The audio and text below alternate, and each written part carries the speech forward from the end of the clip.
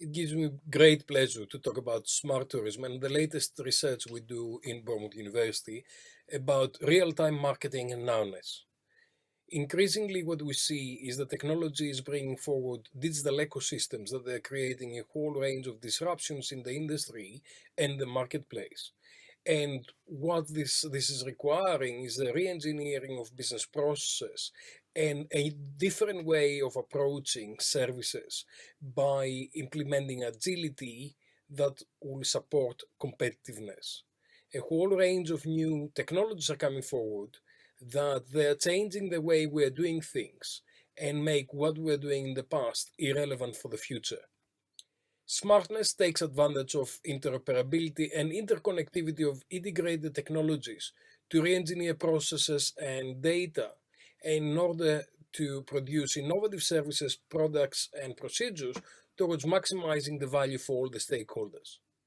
What is critical is that the re-engineering, enabling all kind of new shaping of products and services by changing the process and bring together information that in real time and data in real time and engaging all the stakeholders towards creating that value for all the stakeholders. This optimizes the collective performance of the entire network, and that's unique. It has never happened before. That we are maximizing the competitiveness of the network and the agility of everybody who is involved in that network, and therefore creating value for all. Smartness is primarily coming forward because of the requirement of the customers for value, extra value to be co-created. And it's happening because consumers increasingly would like to have personalized and contextualized services that they understand their own individual needs. They would like to co-create experience with their service providers and with other local actors, and they're constantly looking for instant gratification. So there's an element of how can you satisfy my needs and how can you provide value in real time for me, and how can you engage with my particular requirements in this particular moment.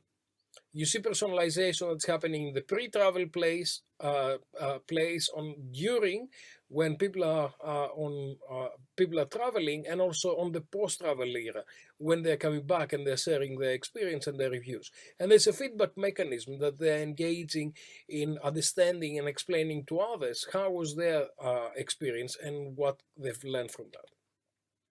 Smartness is not about technology. It's not about automation and digitization. It's not about evolution. It's revolutionary. It's really not about social media or reservations or bookings that a lot of people are normally uh, associating smartness with these things. It's really about interoperable, interconnected networks that are mutually beneficial. It's really about real-time, dynamic, and adaptive systems that they are offering customized, individualized, and contextualized services now. And nowness has become really, really important.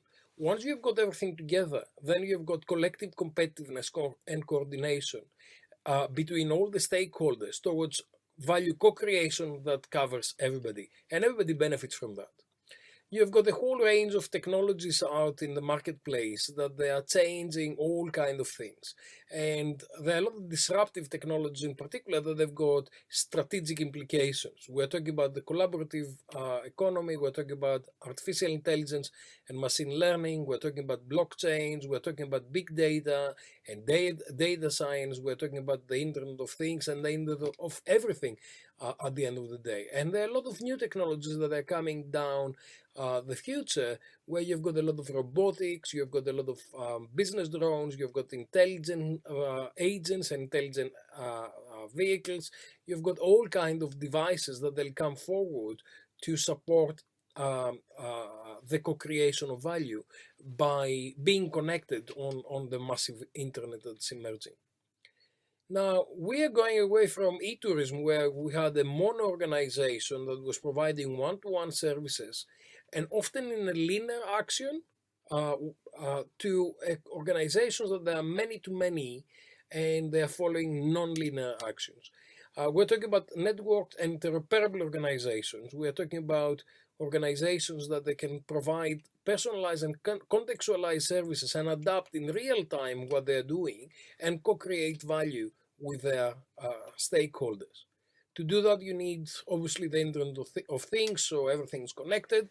You need open data that they're freely available to be used and redistributed, and they're accessible in different forms.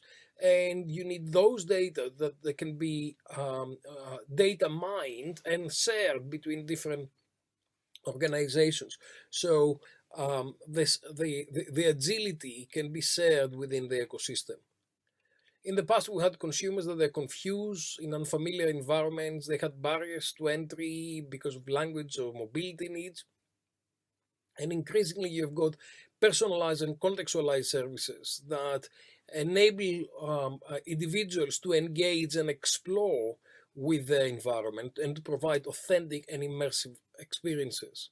And increasingly, we see this technology is supporting all stages of travel, from the before, during, and after, by providing all kind of supportive mechanisms, and also providing content and user-generated content by other customers that is influencing the brands and their reputation and their destination. Increasingly, that creates a word of mouth, and a word of mouth where everybody is connected and everybody has got an opinion and influencing that opinion.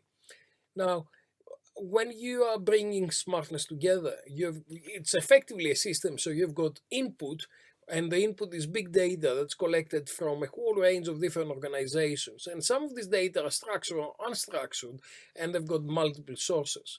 Then the data is stored up on the cloud, and then it's treated with artificial intelligence and machine-to-machine learning in order to create analytics. And these analytics are primarily descriptive, that they are saying what is happening, diagnostic in terms of why this is happening, predictive in what is likely to happen, and prescriptive in terms of what can be done about it. Once you have understood what is the issue, what are the data, what's the context, what's the individual requirements, then you start co-creating value as an output. And this is when stakeholders are using the insights from data mining to create value through smart destinations and maximize the engagement with the customers. When this is happening, then consumers and users and stakeholders express their satisfaction or dissatisfaction. That creates a feedback loop that enables the system to learn from each iteration and improve consistently. You've got a whole range of players in smartness in terms of tourism players like accommodation, hotels, restaurants, entertainment, border agencies, retail, transportation. But also, it's really critical to look into the technology in terms of telecoms, gatekeepers such as Facebook, Google, Amazon, multiple application developers, and a lot of platforms that are emerging in the marketplace. And also other organizations like CCTV providers. It's critical also to talk about the mobile operators, the mobile networks, because they are connecting they're providing the infrastructure and gradually the 5G, where a lot of those services will be connecting in order to interact and engage. And also, mobile operators have got geo information, so we know where the customers are, what time are they there, and we know what are the issues that they're in particular locations. You've got a whole range of other players like the government, you've got the police, you've got destination management systems, you've got business improvement districts, you've got banks, you've got transportation providers, universities. All of those people are coming together. In order to connect data, you need sensors. And sensors you find on a lot of devices that are in our house, in our cars, in our bicycles, in every corner that we turn. There are devices that are collecting data. And they provide...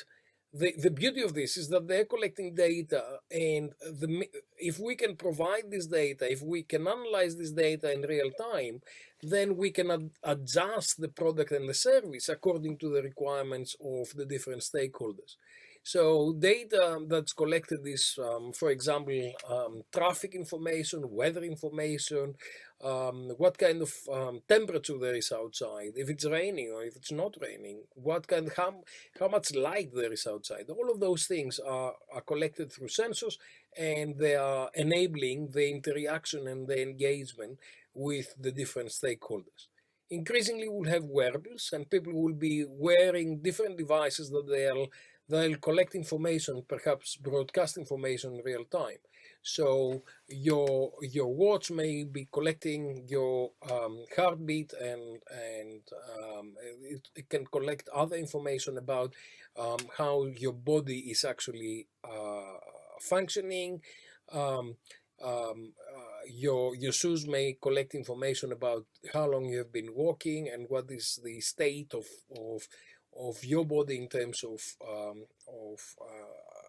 functioning, and all of those things will understand what is the current situation for the individual, but also collective for many individuals.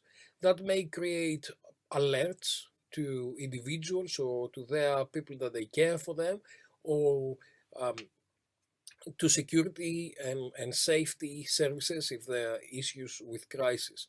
And it can engage and entertain and can protect at the same time, bring all of those things together for individuals. Social media have been changing the whole range of practices in tourist marketing and real-time marketing. And increasingly what happens is that we are monitoring social media, and we're looking to how can we understand what is happening, what is the mode in the marketplace, and what can we do about it to take advantage of what people are thinking, what people are engaging with, what people need in real time. Because a lot of these conversations is happening on social media, and a lot of the conversations are shared on Twitter, on Facebook, on Instagram, on YouTube, and all kind of social media. This is the conversation Prism by Brian Solis, who says that you should be monitoring your brand and what's happening with your brand, and you should listen and learn and adapt your brand based on the conversations that are happening across different stakeholders and across different social media. It's really critical to understand for the image of the organization, for the brand, what is actually the conversation that's happening out there, and how can we learn from that, and how can we improve the service that we offer. And of course, the Chinese social media have got different players out there, but they're more or less having similar kind of functions. And again, because for those who would like to work with the Chinese customers, they need to engage with the Chinese social media landscape and interact and engage across. Further, I've seen. I already know. Increasingly, we share a lot of information, a lot of our privacy on social media, and increasingly people would engage and will data mine social media to understand how they can engage better with consumers. And once we know all this information and we can do the data mining, then there are beacons out there that they're creating offers, and they're sending them to consumers. And those offers can be geotagged, can be time tagged, can be really focusing on individuals in that particular moment based on their preference and based on what they would like to do. Smart tourism is emerging, and it's bringing together interconnectivity between multiple stakeholders, different technological platforms, real-time information exchange, and enhanced decision making. And this is really because it enables the interconnectivity of all the stakeholders in real time. And because you've got real time, you can do a whole range of things, not by planning well in advance and thinking that the conditions are going to be like what you've planned, but having real time conditions and adjust on the context based on what's happening. This will enable us to create memorable experience and fantastic service moments that will be empowered by dynamic, strategic, and tactical marketing, and they'll be enabled by technology, big data, and connectivity. Of course, it's not the technology that is doing that, but it's the agility that the technology is supporting that they'll bring forward the smart tourism ecosystem. And when you look into the context, this paper we published on SOCOMO, social media context-based and mobile-enabled co-creation. You, on the one side, you've got the travelers, on the other side, you've got the travel industry, and in the middle, you've got social media and connected devices. The minute we start understanding the internal context of individuals, what is their task, why they're going somewhere, are they familiar with the area, topics of interest, emotional status, goals and likes and dislikes, disabilities and allergies, that will enable us to understand what is the user requirement and engage with the user in a better way. Externally, when we understand what's happening near us in terms of traffic, emergency delays, air pressures, light, political situations, seasonality, social environment, weather, location, all those things are changing the context in which we operate. The minute that the industry understands how to take advantage more of the context, they learn how to maximize the value for consumers and make them much more desirable as a product. This is basically the internal and external contextual factors that are influencing the co-creation of value in real time when consumers are interacting and engaging at the destination. And this is how you can bring together, on the one side, customers, on the other side, tourism organizations, their employees, and create those personal encounters that they are creating those experiences. And the more real time we are able to do this exchange, because consumers and employees are getting together in real time to meet, and the more information they've got about what's happening around them, the more they'll be able to co-create value and share the benefits for all. Now, increasingly, it will be data integration. We'll have all information on our mobile phones, and we'll be able to travel with them and access all kinds of resources and exchange value with these resources by engaging that kind of in that kind of exchange of data and value. Data is going to create information. Information is going to create knowledge, and knowledge is going to create wisdom. And that is how we are maximizing the value for consumers and all the stakeholders.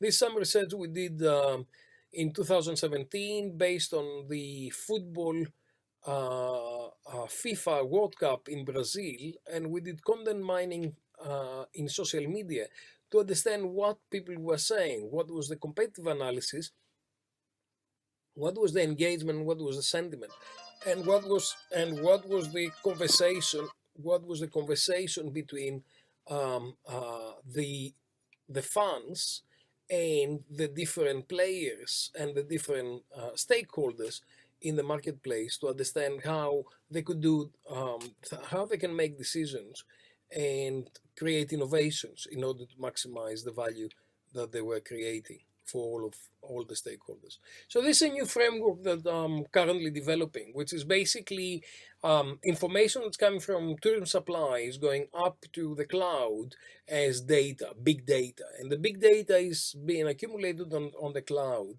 And then working with value aggregators, you can create value that is coming as a storm down to consumers and provide services to them. And then a feedback loop enable us to change and adapt this value to make sure that the consumers enjoy what we actually offer. And we can change that very dynamically, and that's why the system is agile, because we can keep moving the value to what is required at the end. In order to have smartness and agility, you have the prerequisites that you've got interoperable systems between tourists and citizens, organizations, clusters, and the smart city and the smart destination in general. And you need to have the advocacy of governments and global organizations to create standards and regulations for smart cities and make everybody work together towards maximizing value in the marketplace. It's the exchange of information, the contextualization, the individualization, the personalization that supports the smartness and agility and the co-creation value for all the players. This is really an example of when you've got a stadium and a lot of people are leaving from one particular stadium, and you see what are they doing, where they are, and what are the pressure areas hour by hour, and when people are moving between different areas. That enable us to understand what are the places of pressure and take measures in terms of traffic control, in terms of security, in terms of managing different resources to ease the pressure in the market.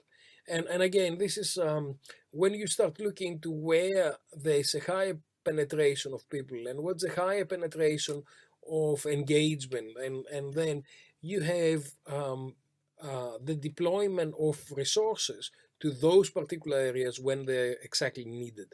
In that sense, you've got more satisfied customers and more value being co-created because it's very targeted to the right people at the right time. Smart solutions will bring a whole range of different tools, including the sharing economy, autonomous vehicles and drones, artificial intelligence, big data management, real-time management, and autonomous vehicles. I'll show you a few examples of those things. So this is the Hena Hotel in Japan with robots serving and interacting with consumers. There are a lot of advantages with that, but there also there are disadvantages. And increasingly we'll see anthropomorphic robots serving in tourism hospitality, and increasingly we'll see a better understanding of customer requirements. And of course, robots will have the opportunity to speak many languages, to be there 24/7, and to engage with consumers in a way that humans quite often may not be able to engage. Equally, humans will have a level of empathy that robots will not be able to demonstrate. This is housekeeping and cleaning big places where robots are going to do that. This is room service at 3 o'clock at night. A robot is bringing you a chocolate or whatever you've ordered. Now, it's evident that increasingly smart tourism will be primarily focused on the experience phase, and this is why real time is really important.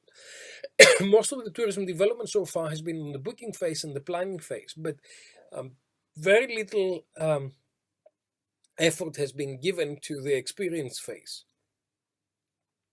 So the big areas where we're going to develop in the future is the dreaming phase, where people will be given the opportunity to understand what kind of value can be co-created with different stakeholders or with different destinations.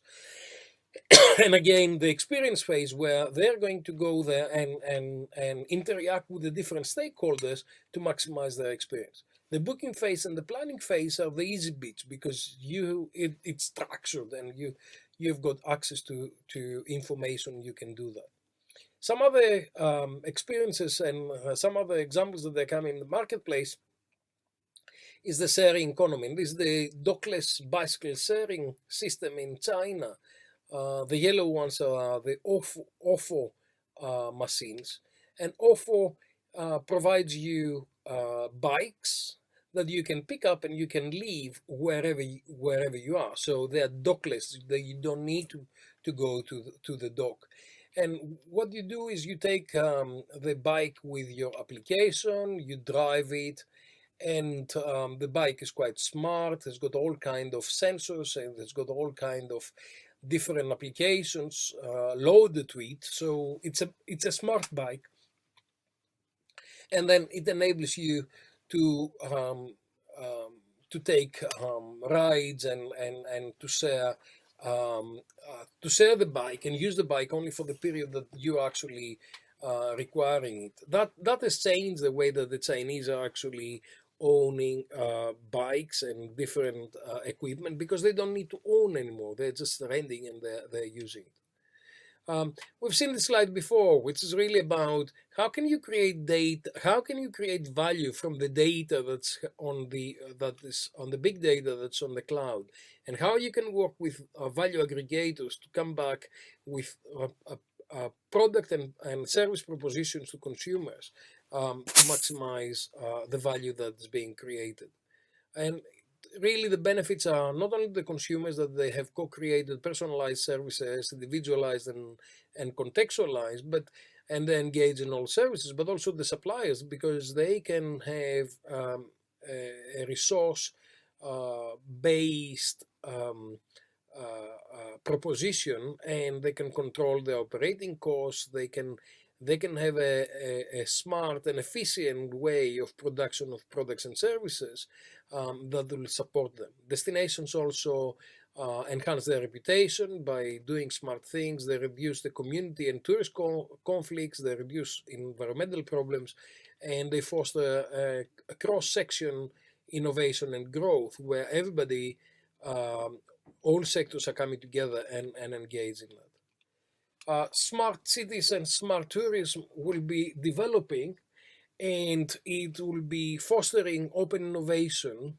It will be supported by investment in human and social capital, because unless you've got the social capital and the human capital, you're not going to be able to actually manage those things, and will sustain principally participatory governance in order to develop collective competitiveness for everybody on the tourism destination.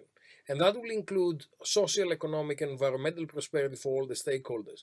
By interconnecting all the players through interoperability and ubiquitous computing, everybody will be able to share value through dynamic co-creation, sustainable resources, and dynamic personalization.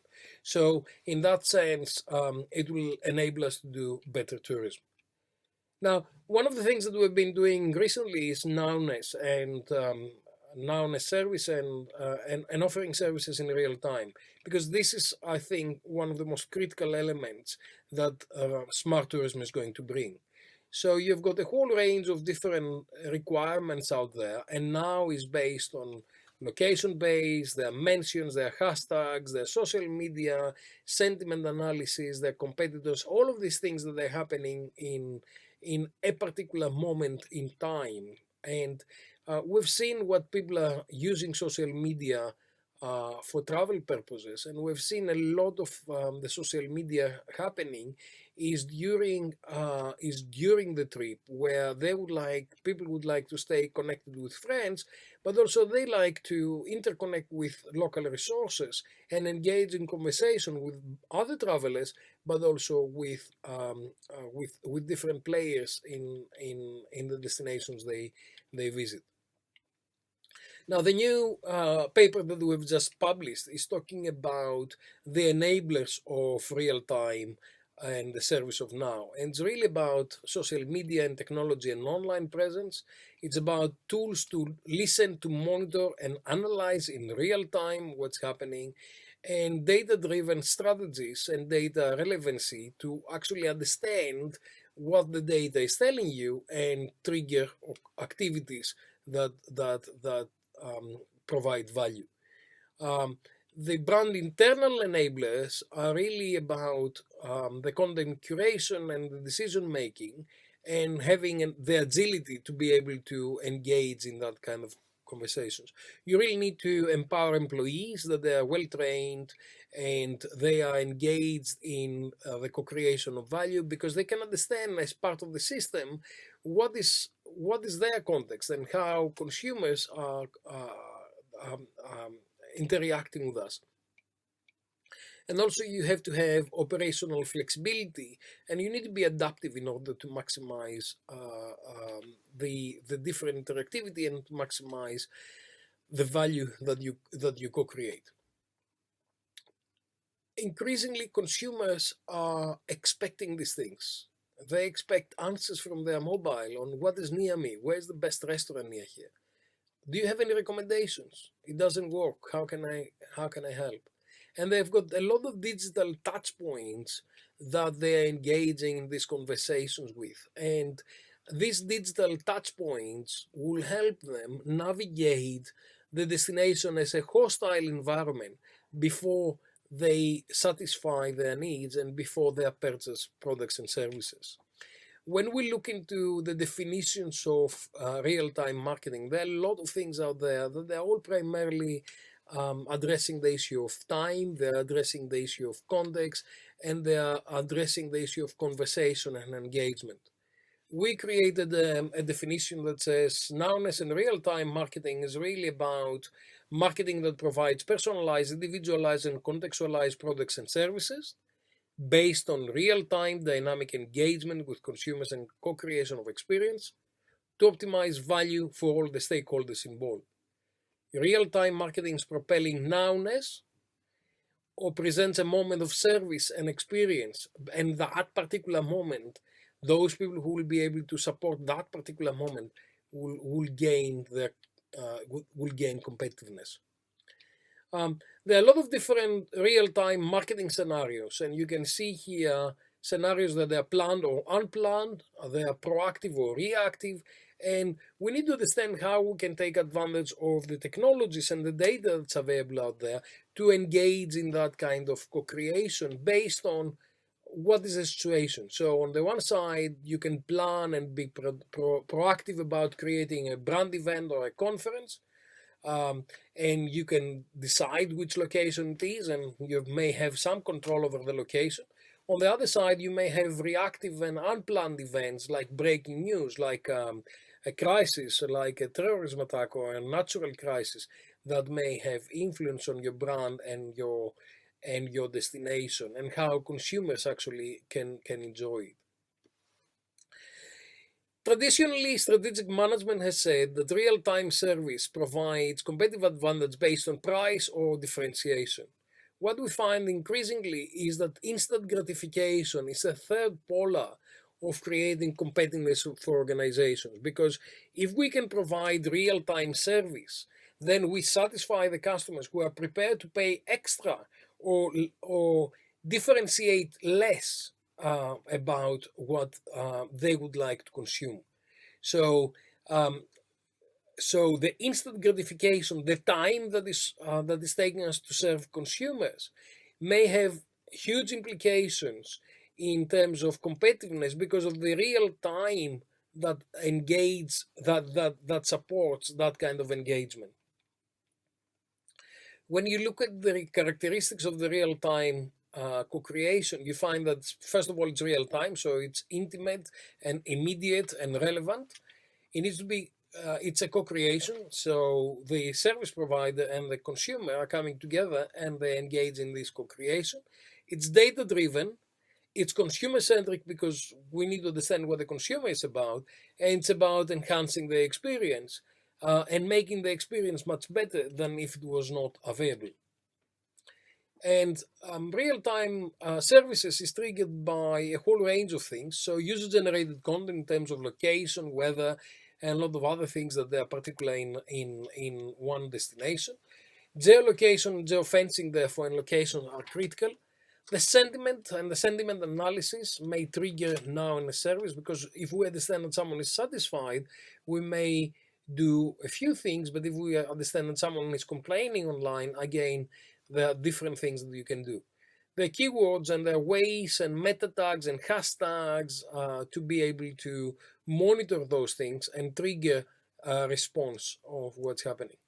Now, there are occasions or breaking news or crises or social events that they're providing particular requirements for consumers in that particular moment in time.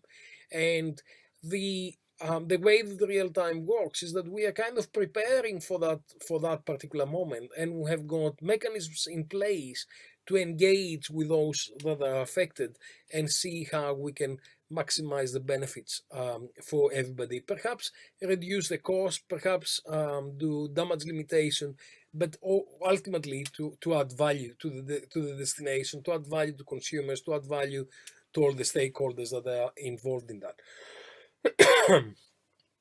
Now, when we look into real-time co-creation and the Noweness ecosystem, we have developed a very comprehensive framework that provides all the real-time triggers that are triggering a real-time reaction, then the value that the consumers and the brands require and the contextual relevance. When we're looking to nowness, we're looking at co-creation. We're looking at data driven actions. We're talking about customer centricity. We're talking about real time, and we're talking about experience enhancement. Those five things are propelling nowness and the need for real time service to come forward. And there are several enablers like the social media, like the monitoring analysis software, like the data-driven strategies and operational flexibility.